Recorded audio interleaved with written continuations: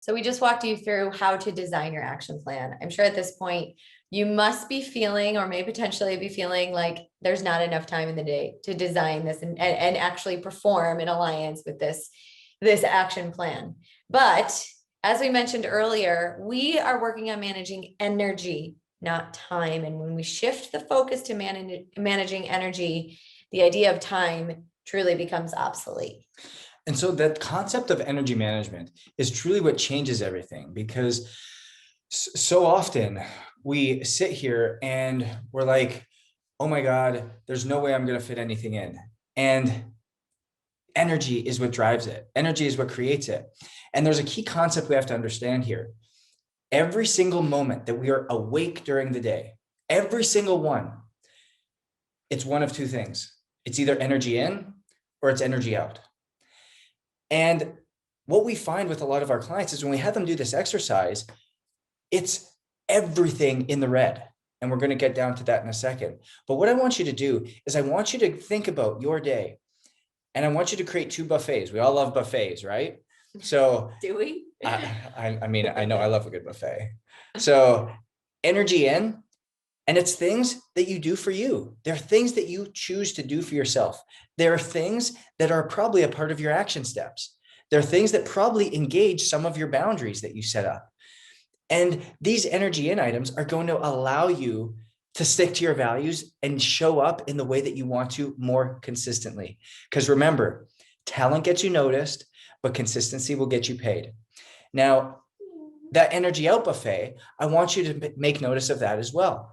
Because if we understand where our energy goes out, we can now identify how to create that rhythm between overreaching and ultimately regenerating so that we can perform in that ownership space.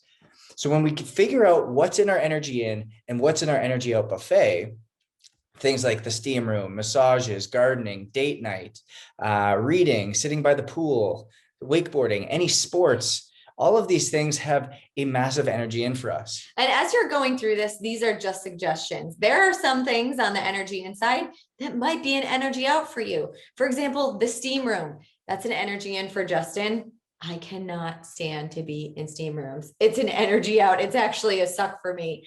Walking the dog, that can be an energy in for a lot of people, but it can also be considered an energy out. So keep that in mind as you're going through this. Totally. Everything here, just suggestions that we've come up with to help get your juices flowing so you can figure out what yours are. Because remember, we're playing your game, nobody else's. So now that we've got our energy in and energy out buffets, I want you to come to page 2, and you're going to notice here that there's this 4-quadrant system. We call it the NUI system, NUI. So it's urgent, important tasks, urgent, non-important tasks, non-urgent, important tasks, and non-urgent, non-important tasks. And I want you to go up from this energy out buffet only and come down here and figure out which places they go. We're going to find out that there's 4 different reactions or systems in which we're going to create. Non-urgent, not important work is stuff we can eliminate, stuff that we can just X right off our list right away. Then there's non-urgent, non-important work, which is things we can delegate or things we can automate. We can figure out a different way to take them off our plates. The third is non-urgent, important work. This is the stuff that will push our businesses forward, be real deep intrinsic work on ourselves that is going to push us forward. It's really important stuff that we have to plan. And then there's going to be the urgent, important work. This is the stuff that just comes up that we have to put out fires for, that we just have to do. So if you look at what I did from the area above, I had quite a bit in the non-urgent and important work. And this is stuff that I'm going to have to plan. And then there's stuff right here that I see: cooking, social media, networking, renovations, grocery shopping, cleaning the house, laundry, that I'm ultimately going to look at this and go, you know what? I need to make sure that I figure out a way to delegate this, because whether it's hiring a laundry service, whether it's hiring a cleaning lady, whether it's doing my groceries automated every week and they just get delivered to me, whether it's renovations that I don't try fixing the toilet, but I bring in a plumber. Yeah, you never try fixing the toilet. Well, I don't try cleaning it either. Networking, again, you're going to notice networking is in two places. One, I really love it, but two, I can't do the amount of it. So I need somebody to delegate so that they can help me with that as well. Social media, I need somebody posting. I can't be spending my time there, as well as cooking. Is it meal prep companies? Is it that Elise and I have a routine where I do it, she does it? Things like that, they can take it off the list. And so I want you guys to go through and ultimately put it in these 4 areas. Managing neighbor's pool, something that I opted into when I wasn't as busy, but now I've outgrown it. I can't spend my energy in there anymore because I'm ultimately shortchanging my core values and my purpose energy in which I'm trying to commit to. So that's what I want you guys to do, is put all of those things in that energy out area into one of these 4 quadrants and ultimately figure out where they fit. So once you've done that, there's a really good filter that Justin and I like to use that helps us decide what to do next. So a mentor of ours told us about this church candle idea. So if you've ever been into a church, they have those big, thick candles, and there's always a big flame with a lot of wax oozing down. So what we like to try to optimize is how can we spend 80% of our time in that flame? What does that look like?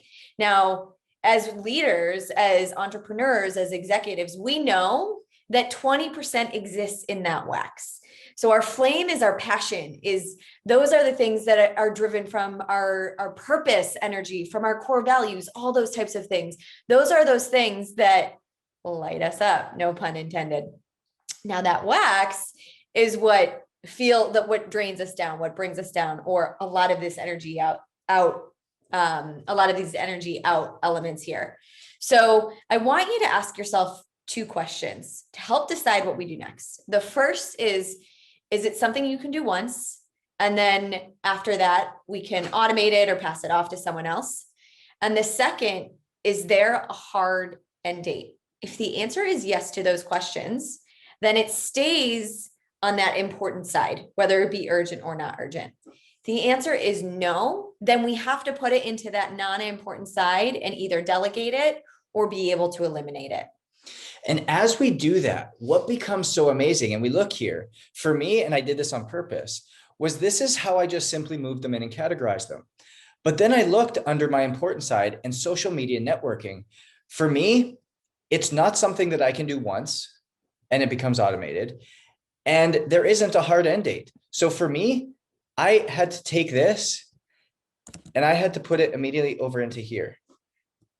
And I need to figure out a way in which I'm able to automate it. And it obviously doesn't fit because it's down in the other side, but regardless, it needs to come out of here and it needs to come into the non-important but urgent list, something that still needs to get done. So I need to find a quality VA. I need to find an assistant. I need to find a tool that's going to allow me to automate it or delegate it to somebody else. Or one of the things that Justin and I have often found is sometimes the things that fall in his wax fall into my flame and vice versa. So we've even as partners gotten to a place of figuring out what those things are that light us up and what those things are that don't, and balance it out that way as well. Definitely. And so now what you see is that list that was like, oh my goodness, how am I ever going to get all these things going that I need to do in my action plan? This is where we act from. We plan and we do. And so we've cut our list in half.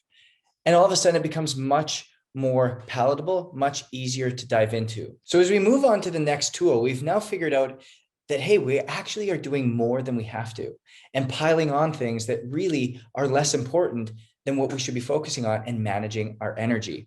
So when we come down here, this is the exercise that we always have our clients do that really is that big aha moment, if we haven't had 90 already.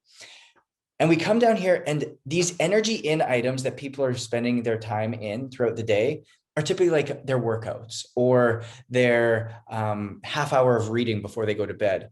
But then everything is energy out throughout the day. And they end up with 7 red days in a row, 365 red days in a row, and wonder why they run out of energy and why they can't engage in anything long term.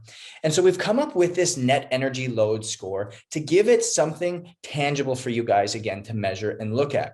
So if we look here, anything over 8 hours a day, net energy, energy out minus energy in, is considered red. Yellow is 4 to 8, green is less than 4. And so what this means is, this doesn't mean I'm asking you not to work anymore. It's not mean I'm asking you to take a day off. It's meaning that we're wanting to manage energy. Because all of a sudden, when we look at this individual is working 88 hours a week. Okay, let's pull it to something a little bit more actionable, which we typically see, which is, let's just go 12 all the way down the board, and then 10 on weekends is great. So let's just put it at 80 hours a week. That's really high. That's pushing it. That's burning the candle at both ends. But now all of a sudden, this person goes, on Monday, I know it's a busy day. I'm going to just give myself that 1 hour. Okay, great. Tuesday, I know I want to go get a haircut. I want to spend some time in the steam room. I want to go to the spa. I want to, or the hair salon. I want to spend some time at the country club, whatever it may be. I'm going to give myself 3 hours. Then I'm going to go on Wednesday and I'm going to work out a little bit longer. I'm going to give myself 4 hours. Thursday, again, need to get back at it. Friday, I'm actually going to go golfing and spend 5 hours doing that throughout the day. And then Saturday and Sunday, I'm going to spend heavily with my family. And then Sunday, it looks like this as well. Well, all of a sudden, let's put a 6 there just because, to make it look nice. So when all of a sudden we look at this, we now look at and go, oh my goodness, the same person putting in 80 hours out, but is now giving themselves 23 hours of energy in rather than just 7. And we, instead of having 7 red days in a row, we now have 4 red, 2 yellow, and a green. The way the person in the second model will show up and be able to work for these 80 hours will be so much more productive, so much more valuable, so much more effective than those who are just grinding it out at 80 and 7. So I know at this point, there's a lot that we've gone through, right? We've already gone through the taking action phase. The one thing I do want to remind you guys that this is a process, right? This is something that you will see gradually improve day over day, week over week. So if next week you get into this and you still have 6 red days, but you're able to get 1 yellow day, that's progress, right? And that's what we're aiming for here, is how can we start to iteratively increase our energy in here while potentially either spending the same amount of energy out or slightly less. Now, the other thing is we're going to also look at the impact that this has on our HRV. So in the next module, Justin's going to walk through and really deep dive into the HRV triad, because as we start to see this change, you will also start to see that impact on your HRV. So guys, without a doubt, finish up this module, dive deep into it, take time into it, because again, we are nothing without energy, and we're going to dive into that on our next HRV model. Go on it.